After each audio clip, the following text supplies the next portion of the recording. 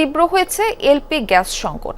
রাজধানীর বিভিন্ন অঞ্চলেও আবাসিক সংযোগেও গ্যাসের চাপ স্বল্পতা দেখা দিয়েছে। এতে ভোগান্তি বেড়ে যাওয়ায় অনেকেই ব্যবহার করছেন বৈদ্যুতিক চুলা। এই সুযোগে মাথাচাড়া দিয়ে উঠেছে সিন্ডিকেট। অনেক স্থানে পাওয়া যাচ্ছে না কাঙ্ক্ষিত এই চুলা। একটির দাম বেড়েছে 1 থেকে 1,500 টাকা। ভোগান্তিতে পড়েছে ভোক্তা। এরপরও বাজার তদারকিতে নেই কোনো কার্যক্রম। শৃঙ্খলা ফেরাতে সরকারের কঠোর নীতি প্রণয়ন করা দরকার।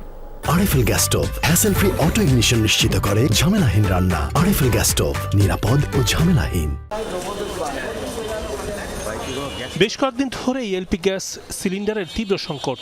দু একটি জায়গায় পাওয়া গেলেও গুনতে হচ্ছে বাড়তি টাকা। রাজধানীর বিভিন্ন অঞ্চলেও গ্যাসের আবাসিক সংযোগে নেই প্রয়োজনীয় চাপ।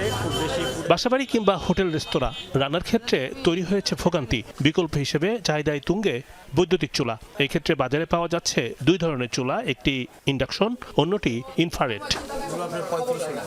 এক ধরনের চুলায় নির্দিষ্ট পাত্র দিয়ে রান্না করতে হয়, অন্যটিতে দেয়া যায় সব ধরনের পাত্র।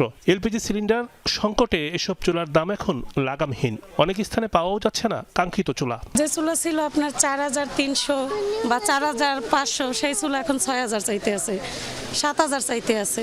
গ্যাসের প্রবলেম এখন বাসায় বাচ্চারা আছে, বাচ্চাদের জন্য তো বেশি জরুরি। দাম কম হলে অবশ্যই ভালো হয়। স্বাভাবিক সময়ে 3,000 থেকে 5,500 টাকার মধ্যে পাওয়া যায় এসব চুলা, কিন্তু গ্যাস সংকটের কারণে একটি চুলার মূল্য বৃদ্ধি পেয়েছে অন্তত 1 থেকে 1,500 টাকা। আগে বিক্রি করতাম 3টা 4টা, এখন 6টা 10টা এরকম বিক্রি করি। মোটামুটি সব কোম্পানি আপনার মাল শেষ হয়ে গেছে, স্টক আউট। 200-300 টাকার মতন বাড়ছে। 3,000 থেকে শুরু হয়, পরে 3,500, 4,000, 5,000। বাজারে পাওয়া যাচ্ছে নানান ব্র্যান্ডের চুলা, কিন্তু এসব চুলার মান নিয়ে আছে প্রশ্ন। বলা হচ্ছে চীন থেকে আমদানিকৃত, কিন্তু তা যাচাই করার কোনো উপায় নেই। চুলার প্যাকেটের গায়ে লেখা নেই কোনো খুচরা মূল্য। গ্যাসের লাইন তো নাই টোটালি, আর গ্যাসের বোতল এখন পাওয়া যাচ্ছে না, এই কারণে চুলা একটু চাপ বেশি আমাদের এখানে। এইগুলো আমরা এখন ব্যস্ত আছি 3850 টাকা করে।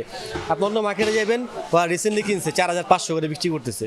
মূল্যবৃদ্ধি ঠেকাতে এখনো বাজার তদারকিতে মাঠে নামেনি সরকারের কোনো সংস্থা। স্বাভাবিক যে ব্যবসায়ীদের যে অনৈতিক চর্চার আরেকটি উদাহরণ আমি মনে হচ্ছে যে তারা এটা করছে, এবং সেখানে সবসময় ভোক্তারা লুজার, ভোক্তারা এরকম প্রতারিত হচ্ছে। এবং সেই বিষয়টি আমি বলবো যে সরকারের উচিত এইসব বিষয় যে কঠোর ব্যবস্থা নেওয়া যারা এইগুলো করছে। ইলেকট্রিক ইউজ করে যে চুলাগুলো ব্যবহার করা হয়, এগুলোর উপরে মানুষের একটু চাহিদা বেড়েছে। তো এই প্রেক্ষিতে কিছু ব্যবসায়ী আমরা অভিযোগ পাচ্ছি এগুলো দাম বৃদ্ধি করেছে। তো সেই বিষয়ে আমরা নজরদারি করব, আমাদের অধিদপ্তর থেকে এই বিষয়ে মনিটরিং করা হবে।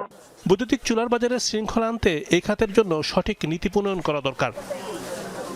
রিমন রহমান, যমুনা নিউজ, ঢাকা।